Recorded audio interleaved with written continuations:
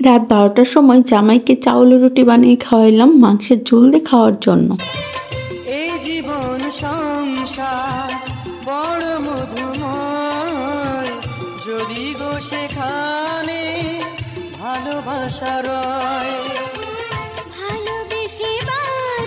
সত্যি যে কোনো সংসারে ভালোবাসা রইলে কিংবা স্বামী স্ত্রীর মধ্যে মিল থাকলে সেই সংসারে কিন্তু সুখ শান্তির অভাব হয় না। এমনও সংসার দেখছি যেখানে স্বামী স্ত্রীর মিলে সংসারটা জান্নাতের মতো হয়, আবার এমনও সংসার দেখছি যেখানে স্বামী স্ত্রীর অমিলের কারণে সংসারটা জাহান্নামের মতো হয়ে যায়। এভরিওয়ান, আসসালামু আলাইকুম। সবাই কেমন আছেন? আশা করি ভালো আছেন। আলহামদুলিল্লাহ, আমি অনেক বেশি ভালো আছি। রাত ১২টার সময় জামাইকে চাউলের রুটি বানিয়ে খাওয়াইতে আসলাম। বেসিক্যালি একটু মাংসের ঝোল ছিল, তো আমি ভাবলাম যে একটু চাউলের রুটি বানিয়ে ফেলি চটপট। অবশ্য আমি একা বানাইনি, জামাই বউ মিলেই বানাইছি। কিন্তু তো যেই বাবা সেই কাজ, সেটা রাত ১২টাই হোক বা ১টাই হোক, আমি বানাইছি সেই বেজে দিচ্ছি। তো আপনারা ফুল ভিডিওটি দেখলেই বুঝতে পারবেন। তো যাই হোক, এই তো চাউলের রুটি বানানোর জন্য চাউলের এই গোড়াগুলোকে আমি সুন্দর করে কিন্তু গরম পানিতে করে নিয়েছি, মানে কাই করে নিয়েছি। আপনারা অবশ্যই স্ক্রিনে দেখতে পারছেন। তারপরে এটা গরম অবস্থায় আমি ভালোভাবে মেখে নিলাম। আসলে চাউলের রুটিটা বানাইতে গেলে কাইটাকে কিন্তু গরম অবস্থায় মাখতে হয়, তো আমি পানি দিচ্ছিলাম আর মাখতেছিলাম। তো আপনারা অবশ্যই স্ক্রিনে দেখতে পারছেন, তার জন্য ডিটেলসে বললাম না। তারপর এই তো এইভাবে রুটিগুলো বানিয়ে নিব। তো আমি রুটিগুলো গ্লাস দিয়ে বানাইনি, যার কারণে কিন্তু সব রুটি মিল হয় নাই, মানে গোল হয় নাই। তো গ্লাস দিয়ে বানাইলে দেখা যায় অনেক প্যারা,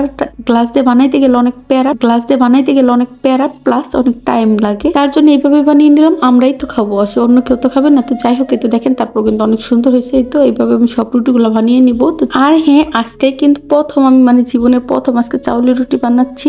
এর আগে সবাই বানিয়ে দিত, আমি শুধু বসে বসে খাইতাম। কিন্তু এখন এখানে বানিয়ে দেওয়ার মতো কেউ নেই, তাই নিজেরটা নিজেই বানিয়ে খেতে হয়, প্লাস জামাইকেও বানিয়ে খাওয়াইতে হয়। তো এই তো আমি রুটিগুলো বানাচ্ছিলাম, আমার হাজবেন্ড বেজে দিচ্ছিল। আর অনেক রুটি কিন্তু অনেক আঁকা বাঁকা হয়েছে বা তেড়ে হয়েছে বা ছিঁড়েও গেছে, কারণ চাউলের রুটিগুলো বেসিক্যালি গ্লাস দিয়ে কেটে কেটে বানাইতে হয়, তাহলে কিন্তু গোলও হয় আর সুন্দরও হয়। তো যাই হোক, আমার যেহেতু হাতে টাইম নেই আর ওটা আমি অনেক প্যারার কাজ মনে করি, এর জন্য আমি কিন্তু ঝটপট এমনিতেই বানিয়ে নিলাম, মানে নর্মাল রুটি যেভাবে আমরা বানাই। তো যাই হোক, আমি বানাচ্ছিলাম, আমার হাজবেন্ড ঝটপট ভেজে দিচ্ছিল, আমি শিখিয়ে দিলাম যে এইভাবে ভাজবা। তো সে সেইভাবেই সুন্দর করে ভাজতেছিল। তো আপনারা অবশ্যই মাশাআল্লাহ বলে দিবেন। তো এই তারপরে কিন্তু শেষ বানানো শেষ, এখন আমি ভেজে নিচ্ছি। তো সবগুলো রুটি ভেজে আপনাদের দেখাচ্ছি, আর এই রুটিটা দেখলেই বুঝবেন যে রুটিগুলো কেমন হয়েছে। তো যাই হোক, ভালোই ফুল ছিল, এটা দেখে অবশ্যই বুঝতে পারতেছেন এটা কিন্তু অনেকটা ফুল ছিল। তো আমি যেহেতু ঝটপট বানিয়ে নিচ্ছিলাম, আর দুইটা বাচ্চা নিয়ে যে চাউলের রুটি বানাইছি, এটাই কিন্তু শুকরিয়া। তো এই তো দেখেন, রুটিগুলো বানানো শেষ, এখন মাংসের ঝোল দিয়ে খেয়ে নিব। তো বেসিক্যালি মুরগির মাংসের ঝোল ছিল, প্লাস কয়েক টুকরা মাংসও ছিল। হাজবেন্ডকে দিয়েছি বানানোর পরে, তারা খাচ্ছে। যাই হোক, রুটিগুলো এখন হটপটে রেখে দিব, যাতে করে একটু গরম থাকে আর শক্ত না হয়ে যায়। তো দেখেন, মাংসের ঝোল দিয়ে খাচ্ছি,